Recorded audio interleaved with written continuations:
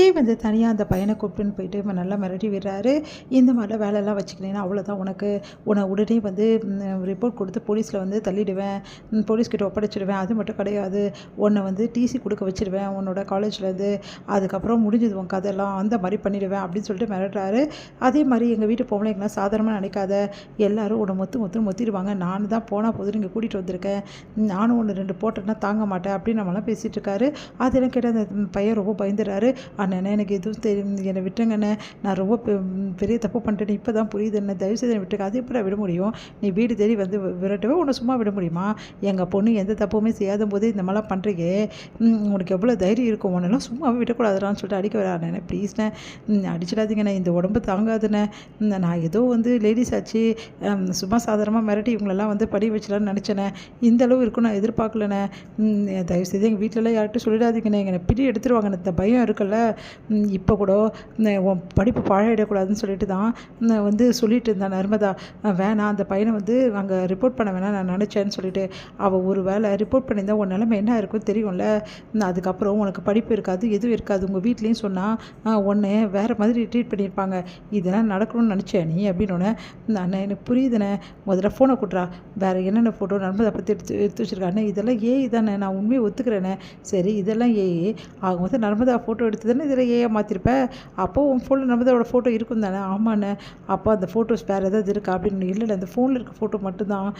அப்படியா, அந்த ஃபோனை கொடு முதல்ல. அண்ணே வேணாண்ணே, ஃபோனை கொடுத்துருண்ணே, அதெல்லாம் கொடுக்க முடியாதுடா, நீ அழிச்சாலும் இந்த ஃபோனை வச்சு ஏதாவது பண்ணதான் செய்வேன், அதனால் அந்த ஃபோன் என்கிட்டே இருக்கட்டும். இல்லைண்ணே காஸ்ட்லி ஃபோன் இது, அந்த காஸ்ட்லி ஃபோனாக என்கிட்டே இருக்கட்டும், நீ பண்ண தப்புக்கு இதுதான் உனக்கு பனிஷ்மெண்ட்டு, மரியாதை எல்லார்கிட்டும் மன்னிப்பு கேட்டுட்டு ஓடி போயிடு, அதுக்கப்புறம் காலேஜில் நீ நர்மதாவுக்கு ஏதாவது தொல்லை கொடுத்தேன்னு கேள்விப்பட்டேன், அதுக்கப்புறம் என்ன செய்வேனே தெரியாது, சாரிண்ணே இதுக்கப்புறம் எதுவும் பண்ண மாட்டேனே, அண்ணே ஃபோன் மட்டும் அதெல்லாம் கொடுக்க முடியாது, வெளியே வாடா அப்படி சொன்னோன்னே, இங்கே காவேரி காது கொடுத்து கேட்டுருக்கிறது விஜய் பார்த்துட்டாரு. பார்த்துட்டு வந்து கேட்ட பழம் எல்லாமே அப்படின்னோன்னா அப்படியே பார்க்காத மாதிரி பில்டப் பண்ணுறாங்க. அடுத்து வந்து இங்கே எல்லாக்கிட்டையுமே வந்து மன்னிப்பு கேட்டு அந்த பையன் வந்து அங்கேருந்து கிளம்புறாரு. நல்ல வேலை செஞ்சீங்க தம்பி, என்ன சொல்லி வந்து தம்பி அவனை வந்து இது மாதிரி பண்ணீங்க அப்படின்னோடனே, உண்மையை சொன்னேன் அப்படின்றாங்க. எல்லாருமே ரொம்ப சந்தோஷமாக பேசிகிட்டு இருக்காங்க. ரொம்ப நன்றி நன்றி அப்படி சொல்லிட்டு இருக்காங்க. தேங்க்ஸுங்க அப்படி சொல்லி எல்லாம் சொல்லுங்க. காவேரி மட்டும் அப்படியே பார்த்து முறைச்சிட்டே இருக்காங்க. இவன் எப்படி முறைக்கிறான்னு சொல்லிட்டு, சரி நான் போயிட்டு குழந்தைங்களை கூட்டிகிட்டு வந்துடுறேன், அதுக்கப்புறம் குழந்தை விட்டுட்டு நான் கிளம்பிடுறேன், அவளை மட்டும் கூட்டிகிட்டு வந்துடுறேன் அப்படின்னோடனே, ஒன்று சரிங்க தம்பி அப்படின்றாங்க. வேணா நைட்டு அங்கேயே தங்கிட்டு ஒன்றும் எங்களுக்கு பிரச்சனை இல்லை அப்படின்னோடனே, பரவாயில்ல நான் கூப்பிட்டு வந்து விட்டுறேன் அப்படின்னு சொல்லிட்டு விஜய் வந்து கிளம்புறாரு. அப்போ கரெக்டாக கிளம்பும்போது காவேரி வெளியே வராங்க.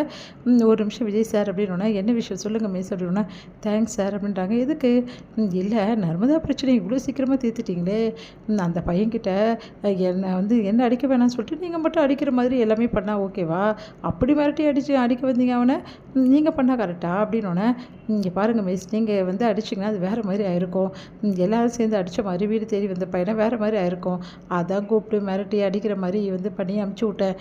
சரி சரி ஏதோ அந்த பையன் பிரச்சனை தீர்த்துட்டீங்க, ரொம்ப தேங்க்ஸ் சார்னோன்னே, எதுக்கு நீங்கள் தேங்க்ஸ் சொல்லணும் எனக்கு, இங்கே பாருங்கள் உங்களுக்காக இந்த விஷயத்தை நான் செய்யலை, அதனால் நீங்கள் தேங்க்ஸ் சொல்ல வேண்டிய அவசியம் இல்லை, போய் சொல்லாதீங்க சார், நீங்கள் எனக்காக தான் செஞ்சீங்கன்னு எனக்கு தெரியாதா, கிடையாது மிஸ், நான் உங்களுக்காக செய்யவே செய்யலை, இந்த விஷயத்தை நர்மதாக்காகவும் அதே மாதிரி உங்கள் அம்மாவுக்காகவும் தான் மட்டும்தான் நான் செஞ்சேன் அப்படின்னோடனே, அப்படியே பார்க்குறாங்க, இந்த குடும்பத்துக்காக நான் செஞ்சேனே தவிர உங்களுக்காக நான் செய்யலை, அதனால் நீங்கள் தேங்க்ஸ் சொல்ல வேண்டிய அவசியமே கிடையாது, நான் வரேன் அப்படி சொல்லிட்டு போகிறாரு. அதை பார்த்து செம்ம டென்ஷன் ஆகிறாங்க காவேரி. ரொம்ப தான் திமிரு இந்த ஆளுக்கு போய் தேங்க்ஸ் சொல்ல வந்தேன் பாரு, என்ன சொல்லணும், ரொம்ப தான் ஓவராக போயிட்டுருக்காரு, இந்த குடும்பத்தை என்ன வச்சு தானே தெரியும் இவருக்கு, என்னமோ இந்த குடும்பத்தை முன்ன பின்ன தெரிஞ்ச மாதிரி ஓவராக பண்ணிகிட்ருக்காரு, அப்படி சொல்லிட்டு டென்ஷன் ஆகிறாங்க. என்னடி என்னாச்சு, அந்த விஜய்க்கு போனால் போதும் தேங்க்ஸ் சொல்ல போனேன், அதுக்கு போய் இந்த குடும்பத்துக்கு நான்காக தான் செஞ்சேன் அப்படின்னு நம்ம சொல்கிறாரு அப்படின்னோடனே, அவர் உண்மையை தானே சொல்லியிருக்காரு அப்படின்றாங்க. நம்ம வந்து கங்கா அதுக்கிட்ட என்னக்கா இப்படி சொல்கிற, பின்ன என்னடி உனக்காக தான் விஜய் ஓடி வந்து செஞ்சான்னு நினச்சிட்டு இருக்கியா, அது அம்மாக்காகவும் குடும்பத்துக்காக தான் செஞ்சுருக்காரு, அதெல்லாம் நீ புரிஞ்சுக்கிறதுக்கு ரொம்ப நாள் ஆகும், விஜயை பற்றி நீ தெரிஞ்சுக்க வேண்டிய விஷயம் நிறைய இருக்குது காவேரி, விஜய் ரொம்ப நல்லவர், எத்தனையோ உங்ககிட்ட சொல்லி நாங்கள் புரிய வைக்க பார்க்குறோம், ஆனால் உனக்கு தான் புரிய மாட்டேங்குது, நம்மளுக்கு ஒரு பிரச்சனைனா உதவி கேட்காம எப்படி வந்து செஞ்சார் பார்த்தல அப்படின்னோடனே அப்படியே காவேரி யோசிக்கிறாங்க விஜயை பற்றி.